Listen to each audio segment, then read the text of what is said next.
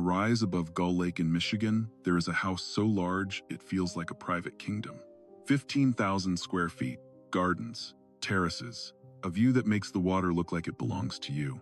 And the man who built it insisted on calling it a cottage, not because he was humble, because he was still talking to someone who wasn't there. This place was paid for by Corn Flakes, but it was built on something darker than money, a lifetime of being treated like nothing by the one person who was supposed to protect him.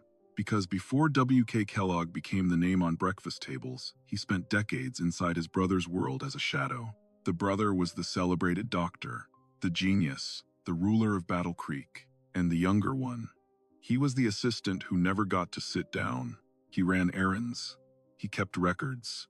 He did the humiliating jobs nobody wants to describe. There were days he was expected to chase his brother around the grounds just to catch every idea. There were moments when he was called in for dictation at the worst possible time, like his dignity didn't matter at all. And here is the part that turns this from a business story into a wound. In 1906, the younger brother finally broke free and built his own empire. Then the older brother came after him, not with a fist, but with a lawsuit, over a single thing that sounds harmless until you understand what it means. A last name, and at the very end, after decades of silence, the older brother wrote one letter. Not a threat, not a legal document, an apology. It arrived too late. Because by then, the man in the cottage could no longer see, and he refused to have it read. So, if you think this story is about cereal, stay with me. Because what happened between these two brothers is the kind of fight that can feed a nation and still starve a family. Chapter 1. Gull Lake, 1925. In 1925, Will Keith Kellogg was 65. His company was producing around 120,000 boxes of Corn Flakes every day. The number mattered to him for reasons that had nothing to do with profit. It was proof that the boy everybody underestimated did not just survive. He built a machine that ran without him.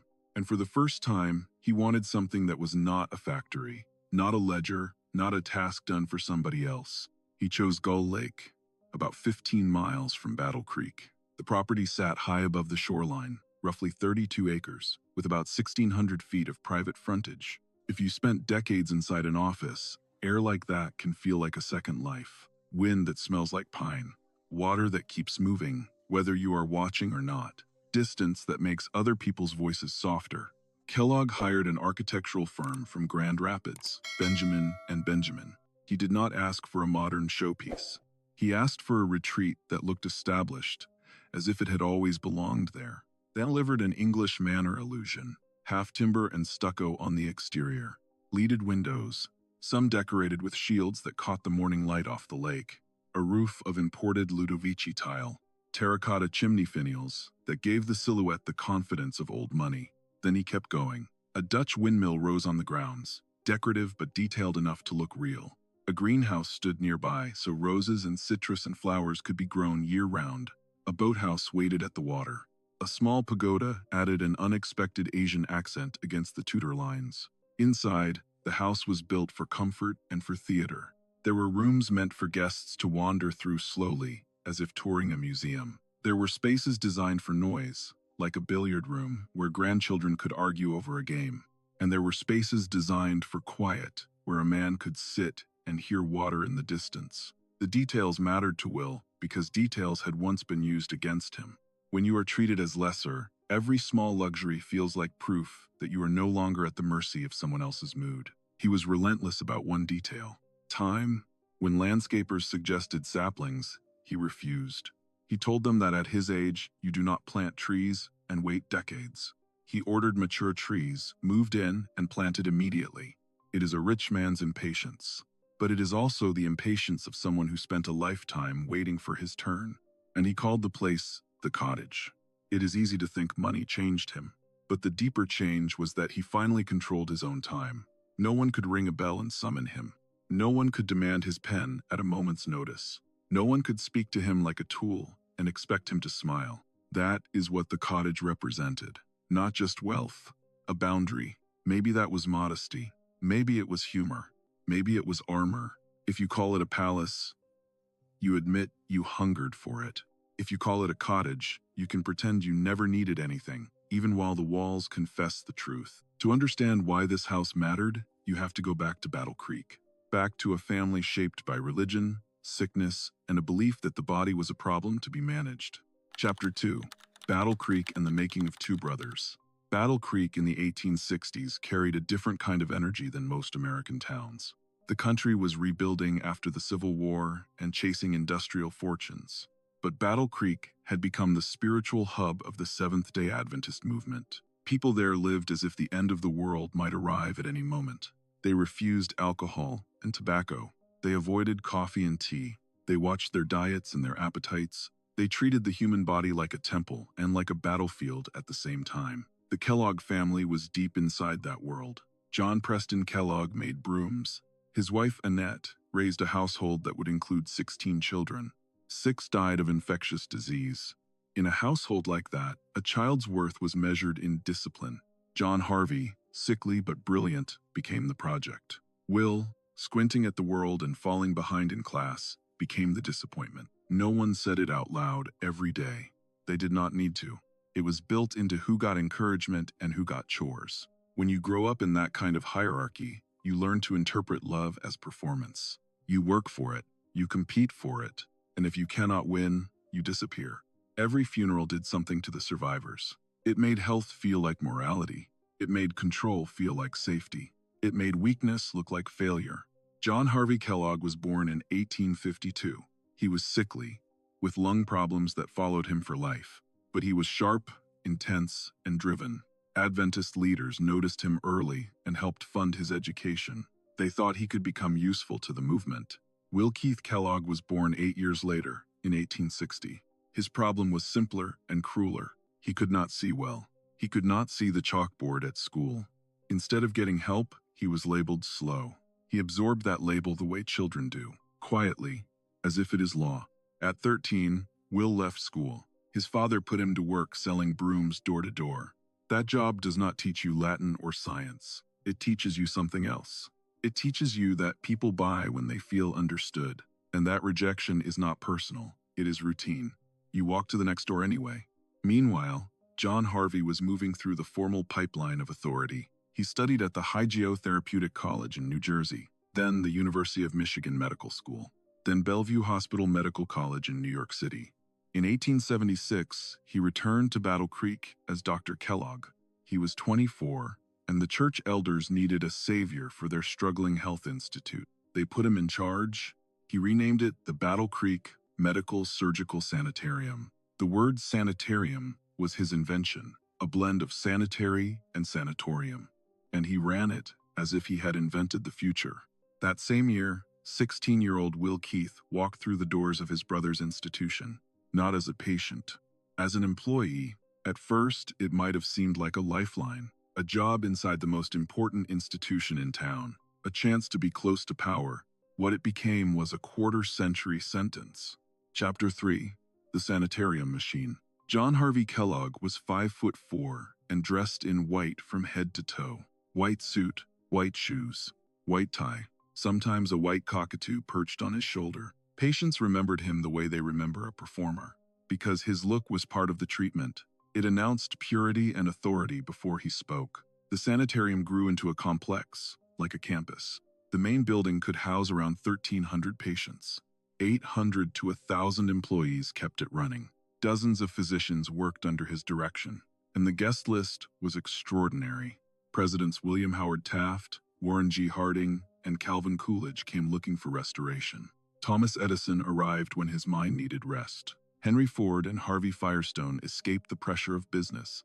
Amelia Earhart prepared for historic flights. John D. Rockefeller Jr. sought refuge after the Ludlow massacre damaged his family's name. This place was where powerful Americans went to be cleaned and corrected. To the guests, the sanitarium felt like a controlled universe. Beds were made with military precision.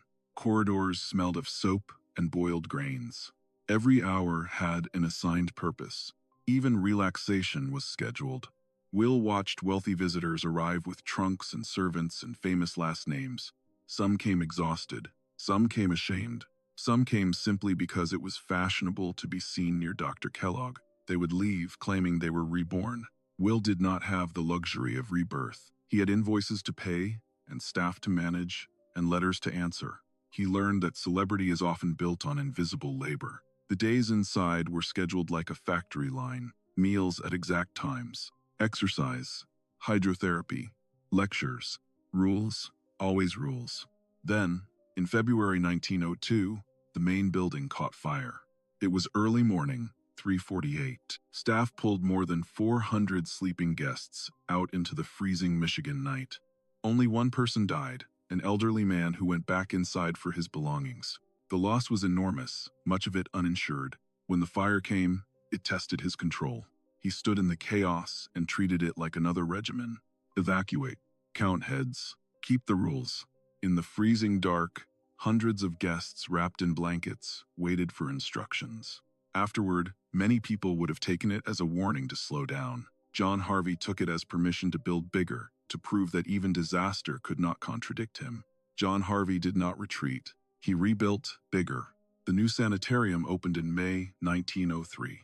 Later, in 1928, he added a 14-story tower that dominated the skyline. From a distance, it looked like a monument to health. Up close, it looked like a monument to one man's certainty. His theory of illness began in the gut. To him, the body was a system that could be cleaned like plumbing.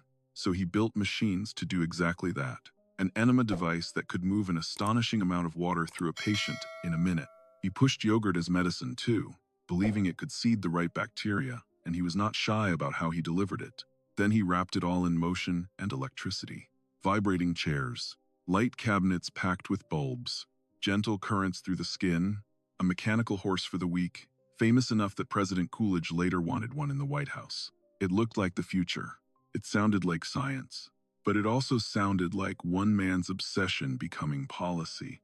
And Will was the man who watched it all, scheduled the day, and learned a brutal lesson. If your brother controls the rules, he can turn his beliefs into your job. But the deepest obsession in John Harvey's mind was not digestion. It was sex. He married Ella Eaton in 1879. The marriage was never consummated. They lived in separate bedrooms for their entire lives together. They fostered dozens of children and legally adopted 8. He talked about purity the way other men talked about freedom, and he pursued it with a severity that turned private life into doctrine. The separate bedrooms in his own marriage were not just a personal choice. They were a statement that desire was something to be conquered. When he wrote about it, he wrote with confidence, not shame. He put harsh recommendations into print and sold them as medical truth. In that era, many readers did not question a doctor who sounded certain. John Harvey lectured about what he called the solitary vice. He warned that masturbation caused everything from acne to poor posture to epilepsy to insanity. He recommended brutal preventions, and he published them openly. Underneath the clinical language was a moral belief. Pleasure was dangerous. Desire was dangerous. Control was salvation. The sanitarium diet was designed to support that belief. Bland food to calm the body. Simple grains. Dry, crisp breakfasts that felt like medicine. Corn Flakes grew out of that kitchen culture, not as a flash of inspiration, but as a product of restraint. Interlude: how a bland breakfast became a national habit. At the sanitarium, food was never just food. It was part of the doctrine. Patients ate meals designed to be easy on the stomach and hard on desire. Grains were cooked, dried, pressed, toasted. The kitchen was a laboratory built for restraint. Corn Flakes came out of that environment.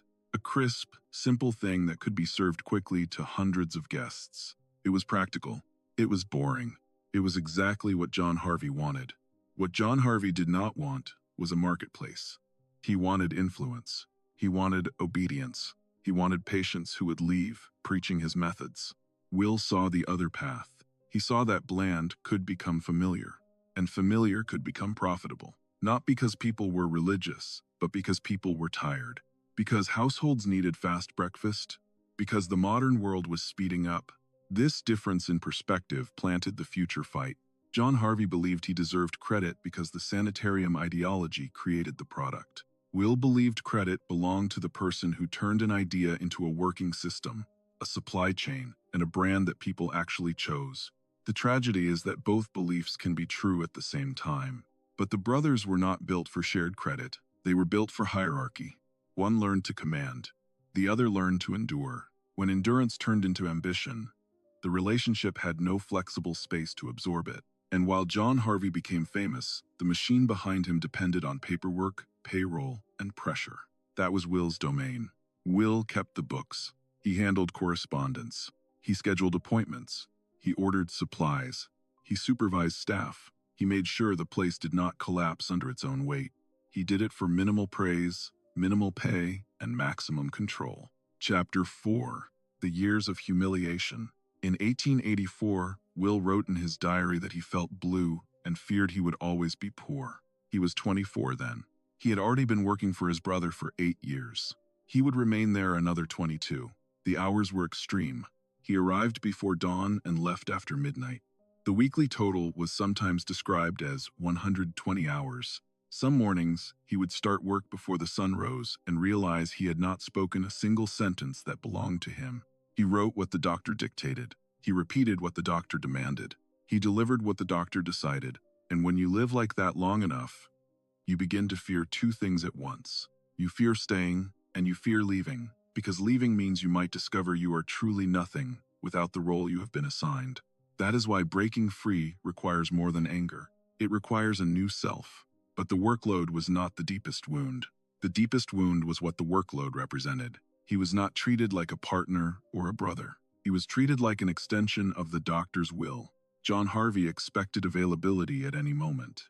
When he rode his bicycle around the grounds, Will had to run alongside with paper and pen, ready to capture any idea before it evaporated.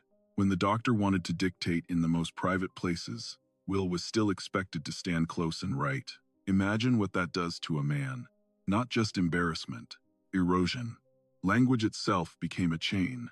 Will could not call him John, could not call him brother. He had to say Dr. Kellogg every time, as if the title were proof of ownership. And Will stayed. Because he had limited education, limited savings, no clear path out, and because if you grew up being told you are lesser, you can start living as if lesser is your natural role. Then, Battle Creek began to change. The sanitarium inspired a health food boom. New companies appeared, selling cereal and health products to the public. C.W. Post, once a sanitarium patient, became a millionaire by taking ideas from that world and turning them into mass-market goods. Will watched this and felt something tighten and then snap. If outsiders could walk away and build fortunes, why was the man doing the work still treated like property? By 1906, Will was 46. He did not have another lifetime to spend waiting for respect. So he left. Act 2. The Breakout and the Backlash. Chapter 5. 1906, the day he became his own man. On the 19th of February 1906, Will Keith Kellogg founded the Battle Creek Toasted Cornflake Company. He bought out his brother's interest in the cereal business. For the first time, he would be judged as himself. John Harvey did not panic at first. To him, cereal was a dietary tool, a side project. The sanitarium was the true mission.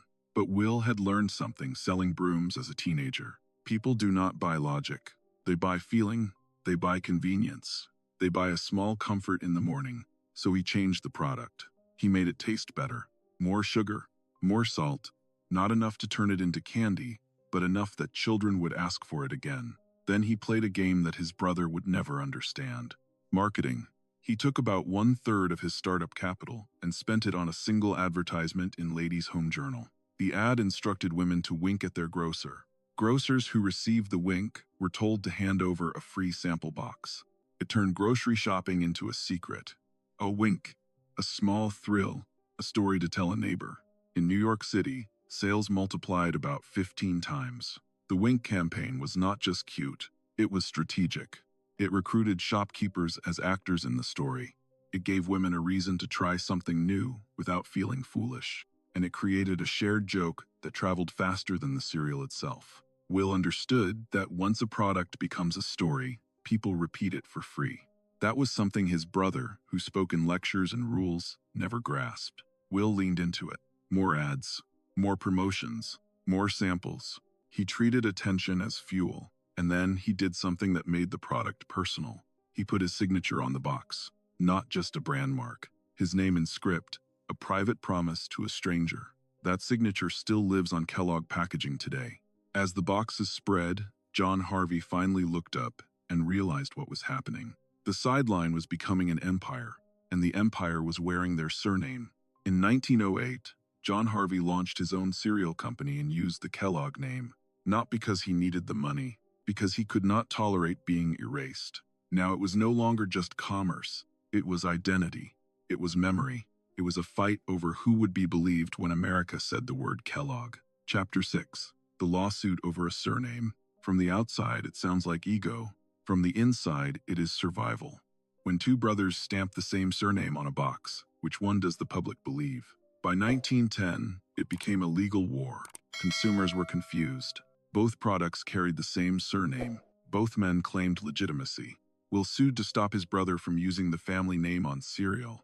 At first, there was an out-of-court settlement. The terms were unclear. It did not hold. Newspapers loved the spectacle. A respected physician and a rising industrialist, sharing blood and a surname, arguing over which one the public should trust. To readers, it was entertainment. To the brothers, it was a referendum on their lives.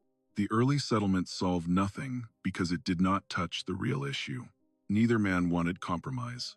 They wanted recognition. In 1916, they were back in court. John Harvey introduced a product called Kellogg's Sterilized Bran. Will answered with his own brand cereal. Each accused the other of exploiting reputation. The case reached the Michigan Supreme Court. The trial lasted a month. Witnesses brought the entire history into the room. The sanitarium, the kitchen experiments that produced Corn Flakes, the meaning of the Kellogg name in American commerce. The core question was practical, not philosophical. When ordinary Americans saw the word Kellogg on a cereal box, who did they connect it to? John Harvey took the stand. He presented himself as the world-famous physician. His books had been translated widely. He had treated presidents and industrial titans. For decades, he argued, the name Kellogg represented medical authority and health reform. He was the original. Will offered the grocery store reality. He had spent millions on advertising. His signature was on every box. His company had made the Kellogg name common in kitchens, not clinics. A shopper reaching for cereal was not picturing a doctor in white. They were picturing the product Will built. In December 1920, the Michigan Supreme Court ruled for Will. He received exclusive rights to use the Kellogg name on cereal products. John Harvey was ordered to return profits his cereal company had earned over the previous decade. Legally, Will won completely. Personally, the victory locked the brothers into permanent distance. After the ruling, they rarely spoke. When business forced contact, Will demanded a third person be present. He refused to be alone with his brother. That is what long humiliation does. It does not simply create anger. It creates a need for witnesses. Chapter 7. Two men in one small city. Battle Creek was not big enough for two famous Kellogg's. You could buy a box of cereal with Will's signature and then look up at the sanitarium tower that still carried John Harvey's shadow. They lived near each other but in separate worlds. Different circles, different causes, different audiences. Silence became their only common language. Not peaceful silence, guarded silence. There were people in town who had known them as boys. People who remembered Will selling brooms and John announcing health reforms like sermons. Those people learned quickly not to mention one brother in the presence of the other. A casual comment could turn a room cold. The conflict leaked into everyday life. A newspaper story about the sanitarium would sit next to a grocery advertisement for Will's cereal. The city itself became a corridor where their histories kept brushing past each other. And while Will's company grew, he began to build another identity, one that looked nothing like revenge. Philanthropy. Act 3. The household that fell apart. Chapter 8. The manor and the things he missed. Late in life, Will said something simple and sad. As a boy, he never learned to play. His Adventist upbringing left little room for leisure. His years serving his brother left no time. Now, with money and authority, he tried to build a place where play could finally exist, even if it was too late for him to feel it fully. He did not move into the Gull Lake house alone. His first wife, Ella, had died in 1912. In 1918, 6 years later, he married Dr. Carrie Staines, a physician who had worked at the sanitarium. In 1926, she joined him in the completed manor. The estate became a summer refuge for the extended Kellogg family. Grandchildren arrived for long visits. They explored the lawns. They splashed in the lake. They played games in the billiard room while their grandfather watched. He watched with the attention of a man trying to memorize what he never had. His own pleasures were quiet. He loved silent films. He installed a projection system and hosted movie nights for family and guests. He also wanted the land to outlast him. He transferred the property to the city with the intention that it could serve the public while retaining the right to live there for life. He built a bird sanctuary on the grounds. But history does not respect personal retreats. World War II arrived. The estate was taken over for military use. Will had to leave the home he built to make up for lost years. Later, it served as a rehabilitation center for wounded soldiers. Even the cottage was drafted. Imagine building a refuge because you have spent decades with no refuge, and then being told to leave it. Will complied because national emergencies do not negotiate with private grief. But it added another layer to his life lesson. Even when you win, something larger can still take what you love. After the war, the place remained, but it had a different feeling. The cottage was no longer just a family retreat. It carried the memory of uniforms, injuries, and recovery. Chapter 9. The Cost of a Clean Image. From the outside, Will looked like a success story. From the inside, his family life began to fracture. A grandson suffered a devastating accident and lived with serious consequences. The event changed Will's sense of responsibility toward children and disability. Within the company, he turned to his son, John Leonard, as a potential successor. John Leonard had real talent and made important contributions, but Will's expectations were rigid. When conflicts rose, Will cut him off. He removed him from the company and from his life. The pattern is painful and familiar. A man who spent years under another man's control can become controlling when he finally holds power. Not because he enjoys cruelty, but because uncertainty feels like danger. Will wanted order. He wanted loyalty. He wanted the kind of obedience he once had to give. When family members did not fit into that system, he treated it like any other business problem. He cut the line. He removed the person, and each cut made the circle around him smaller. Then in 1930, at the height of the Great Depression, Will founded the W.K. Kellogg Foundation. Over his lifetime, he donated $66 million to it, about 54% of his company stock. The mission focused on children's health, education, and welfare. The foundation funded projects like the Ann Kellogg School in Battle Creek, known for inclusive education for disabled children. It supported hospitals and clinics. It trained nurses and doctors. It fed hungry children when parents had nothing. People called him a saint. Will rejected the label. He said he was selfish and not a philanthropist. He liked doing things for children because it gave him a kick. That line sounds cold until you hear it as a confession. Giving was one of the only places he still felt alive. He did not talk about charity as if it washed sins away. He talked about it as if it was a form of energy, a way to turn bitterness into motion. If he could not fix his own family, he could at least help other people's children. That was a story he could still control. Then the darkness arrived. In 1937, doctors diagnosed him with glaucoma. The disease advanced quickly. Within a few years, he was completely blind. Blindness did not remove him from power. He still attended board meetings. He still walked factory floors, guided by German Shepherd dogs descended from the famous Rin Tin Tin line. He learned rooms by sound, touch, and memory. People who met him then described how he navigated by counting steps and listening for echoes. He would pause at a doorway, tilt his head, and map the space through sound. The dogs stayed close, calm, and alert, as if they were the new eyes of an old empire. Blindness did not soften his will. If anything, it hardened it. When you cannot see the world, you try to control the parts of it you can still touch. When directors recommended cutting advertising during hard times, he refused. Instead, he increased the budget by $1 million. He understood that crisis is when attention matters most. Then another blow.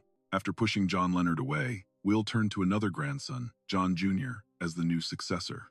John Jr. rose quickly. The pressure crushed him. He was demoted. He suffered a breakdown. In 1938, he took his own life. By the end, Will's two surviving sons had cut off contact. The man who built a company that fed millions had lost his own family. And the oldest conflict in his life remained frozen. His war with his brother. Act 4, The Envelope. Chapter 10, 1943. The letter that could not repair anything. In 1943, John Harvey Kellogg was dying. He was 91. For decades, he had been the loudest voice in Battle Creek. He built a health empire, preached purity, and treated the world like a patient that needed discipline. Presidents once passed through his doors. Inventors and industrialists called him a genius. But by the time his lungs began to fail, much of that empire had already begun to crumble. The Battle Creek Sanitarium had been forced into receivership during the Depression, and the great institution that once felt invincible was no longer his kingdom. The Seventh-day Adventist Church had cut ties with him years earlier, after long theological conflict, leaving him without the spiritual backing that once amplified his authority. So, in his final weeks, with the stage lights gone, he did something he had resisted for most of his life. He looked at the damage, and he wrote to the person who knew that damage best, his younger brother.